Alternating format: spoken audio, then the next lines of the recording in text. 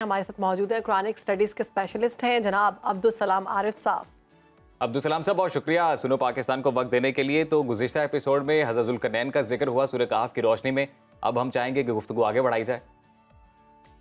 جی بسم اللہ الرحمن الرحیم، اللہم صلی علی سیدنا محمد وعلی آلہ وصحبہ وبارک وسلم۔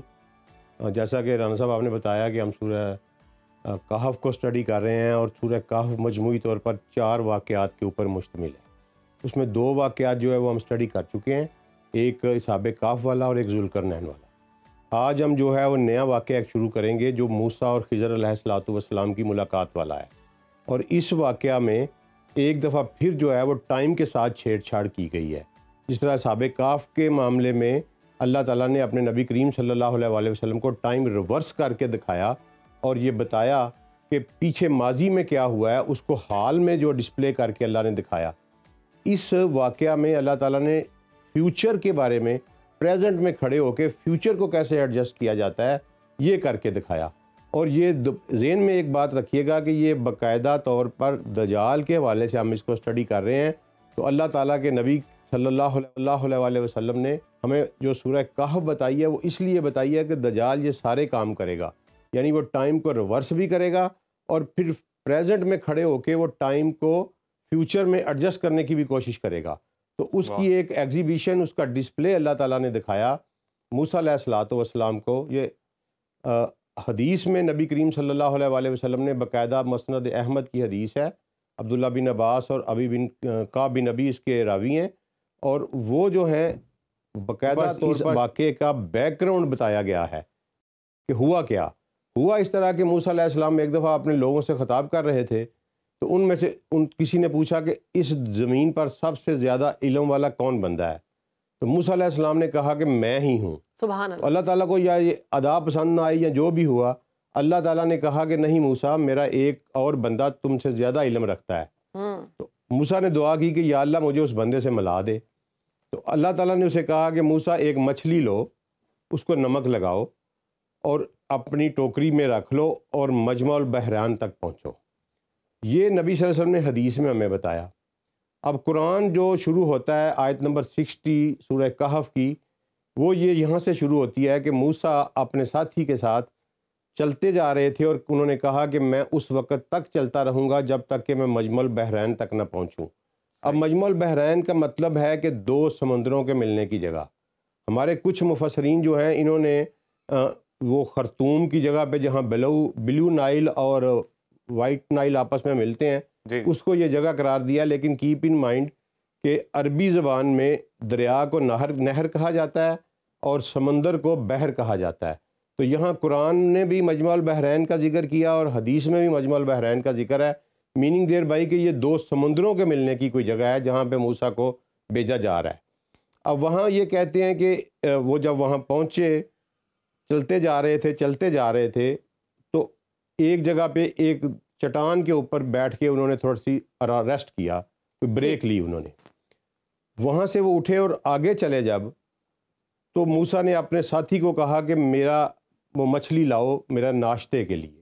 اب اس سے یہ ظاہر ہوتا ہے کہ جو رات انہوں نے جو چٹان کے اوپر انہوں نے وقت گزارا وہ دراصل انہوں نے وہاں رات گزاری تھی، کیونکہ عربی زبان میں غدا کا لفظ جو ہے وہ ناشتے کے لیے استعمال ہوتا ہے، کھانے کے لیے، رات کے کھانے کے لیے اور ورڈ ہے، دوپہر کے لیے اور ورڈ ہے، جس طرح ہمارے ہیں break fast, lunch and dinner, اسی طرح عربی زبان میں بریک فاسٹ کو غدا کہتے ہیں۔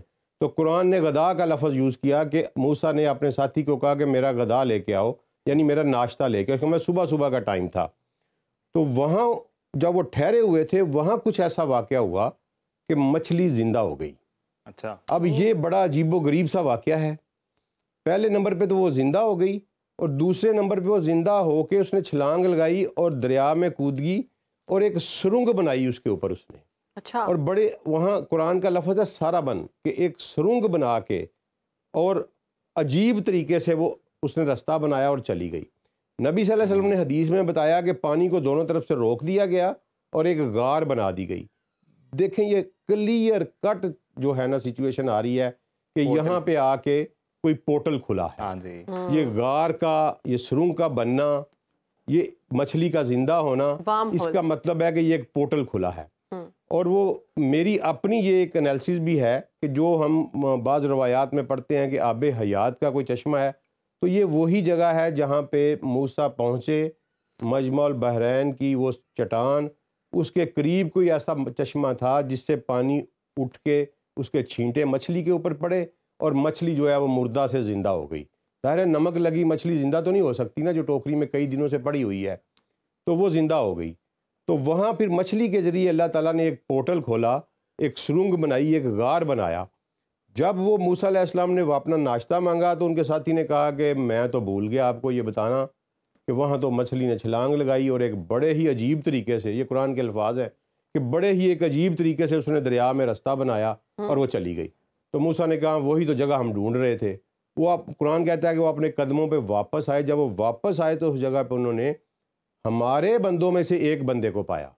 واہ، اللہ تعالیٰ کہہ رہا ہے کہ میرے بندوں میں سے ایک بندہ ادھر بیٹھا ہوا تھا، اس کو پایا انہوں نے، اور ان سے گفتگو ہوئی پھر موسیٰ علیہ السلام کی۔ میننگ دیر بائی میرا انالیسس یہ ہے کہ میں غلط بھی ہو سکتا ہوں، لیکن میرا انالیسس ہے کہ وہ سرنگ جو بنی وہ ایک پورٹل کھلا اور اس پورٹل سے خضر علیہ السلام باہر آئے اس دنیا میں، اور وہاں آ کے انہوں نے موسیٰ علیہ السلام سے ملاقات کی، اور سیدنا موسیٰ کو انہوں نے یہ کہا کہ اے موسیٰ، جو علم میرے پاس ہے وہ تیرے پاس نہیں ہے، اور جو تیرے پاس ہے وہ علم میرے پاس نہیں ہے۔ اس کا مطلب ہے کہ وہ کسی اور دنیا میں اپنے فرائض انجام دے رہے تھے، موسیٰ کسی اور دنیا میں فرائض انجام دے رہے تھے۔ اب آگے انہوں نے کیا وہ بڑے عجیب و غریب قسم کے واقعات ہیں۔ سب سے پہلے تو موسیٰ نے ان سے کہا کہ آپ مجھے کوئی علم عطا کریں۔ یہاں اللہ تعالیٰ نے اس بندے کی تعریف میں دو لفظ بیان کیے کہ ہم نے اس کو اپنی رحمت میں سے عطا کیا تھا اور اس کو اپنے علم میں سے کچھ علم دیا تھا۔ اب میں نے آپ کو پہلے ایپیسوڈ میں بتایا تھا کہ رحمت، برکت، یہ ورڈز جو ہیں یہ میٹا فزیکل ہیں، یہ ان کا فزیکل ورڈ سے تعلق نہیں، یہ میٹا فزیکل انٹرونشن کو رحمت کہتے ہیں۔ تو اللہ کہتا ہے میں نے اپنی رحمت سے کچھ اس کو دیا تھا اور اپنے علم میں سے کچھ اس کو عطا کیا تھا۔ تو موسیٰ نے کہا کہ آپ مجھے وہ علم سکھا دیں۔ وہاں پھر ایک بڑی عجیب، ایک بہت بڑا لیسن آتا ہے۔ وہ کہتے ہیں کہ تو صبر نہیں کرے گا میرے ساتھ۔ پھر خضر کہتے ہیں تو صبر کر بھی کیسے سکتا ہے جبکہ تیرے پاس علم ہی نہیں ہے۔ اس کا مطلب ہے کہ صبر کرنے کے لیے علم کا ہونا بہت ضروری ہے۔ تو یہ بڑا خوبصورت الفاظ یوز کیے قرآن نے کہ تو کیسے صبر کر سکتا ہے جبکہ تیرے پاس علم ہی نہیں ہے۔ لیکن اس کے باوجود موسیٰ نے کہا نہیں جی میں پکا کاربند رہوں گا، صبر کروں گا آپ کے ساتھ۔ انہوں نے کہا چلو ٹھیک ہے آؤ چلتے ہیں۔ تو پہلا واقعہ یہ شروع ہوتا ہے کہ وہ ایک کشتی پہ بیٹھے۔ اچھا، اب وہ اس دنیا میں تھی یا کسی اور دنیا میں تھی، ٹھیک ہے۔ میں سمجھتا ہوں کہ وہ ایک سمجھ لیں کہ ایک اگزامپل میں آپ کو دیتا ہوں کہ ایک بندہ اپنے گھر سے نکلتا ہے اور موٹر سائیکل کے اوپر وہ سڑک پہ چڑھتا ہے اور ساتھ ہی ایک گاڑی اس کو ہٹ کرتی ہے اور وہ مر جاتا ہے۔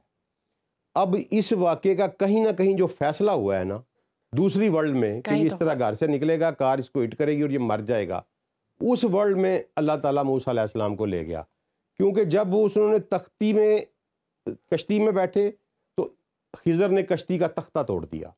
اب وہاں ہونا تو یہ چاہیے تھا کہ کشتی میں اور جو لوگ تھے وہ شور مچاتے، کشتی والے شور مچاتے، انہوں نے شور نہیں مچایا، ان کا کوئی ذکر قرآن میں نہیں۔ موسیٰ نے کہا کہ یہ تو نے کیا کر دیا یار، یہ تو سارے بندے ڈوب جائیں گے ہم۔ تو انہوں نے کہا کہ میں نے تمہیں کہا تھا نا مجھے سوال نہیں کرنا۔ تو موسیٰ نے پھر معافی مانگی، انہوں نے کہا ٹھیک ہے میں تمہیں معاف کرتا ہوں موسیٰ، آئندہ ایسا نہیں کروں گا۔ اب اس کے بعد پھر وہ کشتی سے اتر کر ایک جگہ پہ گئے، وہاں انہیں ایک بچہ ملا، تو خضر نے اس بچے کی گردن مروڑ دی، مار دیا اس کو۔ وہاں پھر موسیٰ بول اٹھے او کہ تم نے ایک جان کو بغیر کسی قصور کے مار دیا۔ اس لیے میں کہتا ہوں کہ یہ کوئی اور ورلڈ تھی، کیونکہ اگر اس ورلڈ میں ہوتا تو وہ اگر خضر قتل کرتے تو بستی میں رولا پڑ جانا تھا، شور و غوغا ہوتا اور لوگ آتے، لیکن یہ ان کو وہاں لے گئے جہاں یہ ڈیسیژن ہوا تھا کہ اس بچے کو مارنا ہے، اور پریزنٹ میں کھڑے ہو کے فیوچر کو کیسے ایڈجسٹ کیا میں اب آگے آپ کو بتاتا ہوں۔ ایک یہ دوسرا واقعہ۔ تیسرے واقعے میں وہ گئے اور ایک بستی میں داخل ہوئے اور ان سے کہا کہ ہمیں کچھ کھانے کے لیے دیں، تو ان لوگوں نے ریفیوز کر دیا ان کو کھانے کے لیے دینے پہ کے اوپر۔ جب کھانے کے دینے پہ ریفیوز کیا تو وہاں سے وہ پلٹنے لگے تو ایک دیوار گرنے والی تھی، تو خضر نے وہ دیوار سیدھی کر دی۔ وہاں پھر موسیٰ بول اٹھے اور موسیٰ نے کہا کہ یار انہوں نے ہمیں پیسے نہیں دیے، کھانا نہیں دیا، تم ان سے کوئی پیسے لے لیتے، ایویں خام خواہ فری میں ان کا کام کر دیا۔ انہوں نے کہا کہ یہ اب میرے اور تمہارے درمیان جدائی ہے، میں تمہیں 3 چانسز دے چکا ہوں، اس سے آگے اب میرا تمہارا سفر جاری نہیں رہ سکتا، اور میں نے تمہیں کہا تھا کہ تو صبر نہیں کر سکتا۔ اب میں تمہیں، انہوں نے قرآن لفظ یوں کیا طویل کا، اب میں ان چیزوں کی طویل تمہیں بتاتا ہوں۔ اس کا مطلب ہے کہ وہ ایکٹ کہیں اور پرفارم ہو رہے تھے، آپریشن کنٹرول کسی اور ورلڈ میں بیٹھ کے کیا جا رہا تھا، اور پریزنٹ کو جو فیوچر میں ایڈجسٹ کیا وہ اب خضر بتانے لگے ہیں کہ میں نے یہ کشتی کا تختہ اس لیے توڑا کہ آگے ایک ظالم بادشاہ ہے، وہ جو خوبصورت کشتی دیکھتا ہے اس پہ قبضہ کر لیتا ہے، تو یہ غریب اس سے روزی کماتے ہیں، اس کو میں نے زخمی کر دیا، کشتی کو تھوڑا سا ڈیمیج کر دیا تاکہ وہ بادشاہ اس کو کیپچر نہ کر دے اور ان کی روزی چلتی رہے۔ سبحان اللہ۔ اب یہ دیکھیں کہ وہ پریزنٹ میں کھڑے ہیں، اس نے فیوچر کو ایڈجسٹ کیا کہ آگے یہ جائیں گے تو وہاں جا کے یہ کشتی کا جو ان سے چھین لی جائے گی، لہذا یہ بے روزگار ہو جائیں گے، تو اس کو ایڈجسٹ کر کے اس نے کیا۔ اب انہوں نے کہا لڑکا کیوں مارا پھر تو نے؟ انہوں نے کہا لڑکا اس لیے میں نے مارا کہ اس کے والدین بہت ہی نیک تھے اور اس بچے نے بڑے ہو کے بدماش بننا تھا، اور اس نے اپنے والدین کو بہت تنگ کرنا تھا اور ان کے لیے ایک فتنہ بن جانا تھا، تو اللہ نے چاہا کہ میں یہ بچہ واپس لے لوں اور اس کی جگہ ان کو ایک اور نیا بچہ دوں۔ اللہ اکبر۔ تو یہ پھر فیوچر کو ایڈجسٹ کیا، اس کو پتا تھا فیوچر میں اس نے یہ ہونا ہے، تو اس نے پریزنٹ میں کھڑے ہو کے فیوچر کو ایڈجسٹ کیا کہ وہ بچہ مار دیا، اس کی جگہ پہ نیا بچہ اللہ انہیں عطا کر دے گا جو کہ نیک اور نیک سیرت ہوگا۔ اس کے بعد تیسرے واقعے میں انہوں نے یہ بتایا کہ آپ نے پھر وہ دیوار کیوں سیدھی کی؟ انہوں نے کہا کہ 2 یتیم بچے ہیں، ان کے ماں باپ مر چکے ہیں، اور اس دیوار کے نیچے ان کا خزانہ دفن ہے اس کے باپ کا۔ اگر یہ دیوار آج گر جاتی تو لوگ اس خزانے کو لے کے نکل جاتے ہیں، کیونکہ بچے چھوٹے ہیں۔ میں نے دیوار کو پختہ کر دیا تاکہ یہ بچے جب بڑے ہوں، ان کے والدین چونکہ نیک تھے، اللہ نے انہیں انعام دیا کہ یہ بچے جب بڑے ہوں گے تو اپنے والد کا خزانہ نکال لیں گے، اس وقت تک یہ خزانہ محفوظ رہے۔ یہاں پھر پریزنٹ میں کھڑے ہو کے فیوچر کو ایڈجسٹ کیا۔ تو یہ پورٹل کے ذریعے 3 واقعات اللہ نے ایگزیبٹ کر کے دکھائے کہ یہ کسی اور دنیا میں یہ آپریشن ہو رہا ہے۔ یہ بڑا ہی مثلا یہ اتنا عجیب و غریب واقعہ ہے کہ یہ ایون یہودیوں کی کسی کتاب میں بھی نہیں ملتا، تورات میں نہیں ہے، یہ انجیل میں نہیں ہے۔ یہودیوں کی ایک جو تفسیر کی کتاب ہے جو انہوں نے خود لکھی ہوئی ہے، جس طرح ہماری تفسیریں ہیں، اس طرح انہوں نے ایک بک لکھی ہوئی ہے تلمود، جس کا نام تلمود ہے۔ تلمود میں یہ واقعہ ہے، لیکن وہ بھی کسی اور کے حوالے سے ہے، خضر کے حوالے سے نہیں ہے۔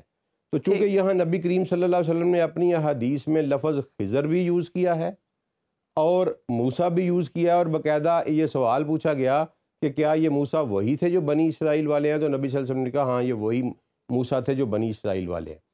اب یہاں 2 چیزیں جو ہیں نا وہ سائنس اور ٹیکنالوجی کے حوالے سے بڑی امپارٹنٹ ہیں۔ ایک یہ کہ وہ مچھلی زندہ کیسے ہو گئی، اور دوسرا یہ کہ وہ سرنگ جو اس نے بنائی وہ اس کا کیا پیٹرن تھا۔ اس میں اگر ہم یہ دیکھیں تو کوئی نہ کوئی ایسا وہاں مجمع البحرین جہاں پہ 2 سمندر آپس میں مل رہے ہیں، وہاں پہ آ کے کوئی نہ کوئی ایسی چیز موجود تھی جو کہ جس کی وجہ سے وہ مچھلی جو ہے وہ زندہ ہوئی اور وہاں پہ پورٹل بھی کھلا۔ مجمع البحرین کو دیکھیں تو دنیا میں 5-6 جگہ ہیں جہاں پہ 2 سمندر آپس میں ملتے ہیں۔ تو نزدیک ترین جو جگہ ہے، موسیٰ علیہ السلام چونکہ مصر میں آپریٹ کر رہے تھے اور مصر جو ہے وہ افریقہ میں ہے، تو نزدیک ترین جو جگہ ہے وہ کیپ ٹاؤن بنتی ہے جہاں پہ 2 سمندر آ کے ملتے ہیں۔ تو نیکسٹ پروگرام میں انشاءاللہ ہم تھوڑا سا یہ دیکھیں گے آگے بڑھنے سے پہلے کہ دنیا میں کتنی جگہ ہیں جہاں پہ کون کون سے سمندر ملتے ہیں اور ان کی جیوگرافیکل افادیت کیا ہے، تاکہ ہم اس واقعے کی جیوگرافیکل کنٹورز کو سمجھ سکیں کہ یہ کہاں پہ وقوع پذیر ہوا، اور فردر دجال اگر اس کو یوز کرے گا تو وہ بالکل ذکر کریں گے بڑا ڈیٹیل میں۔ عبدالسلام عارف صاحب بہت شکریہ، آپ کے وقت کا بڑا ہی دلچسپ سیگمنٹ ہوتا ہے یہ، اور میں تو پورا ہفتہ انتظار کرتا ہوں فرائیڈے کا۔ ہم سب پورا ہفتہ انتظار کرتے ہیں اور ہمارے دیکھنے والے بھی یقیناً اس سیگمنٹ کا پورا ہفتہ انتظار کرتے ہیں۔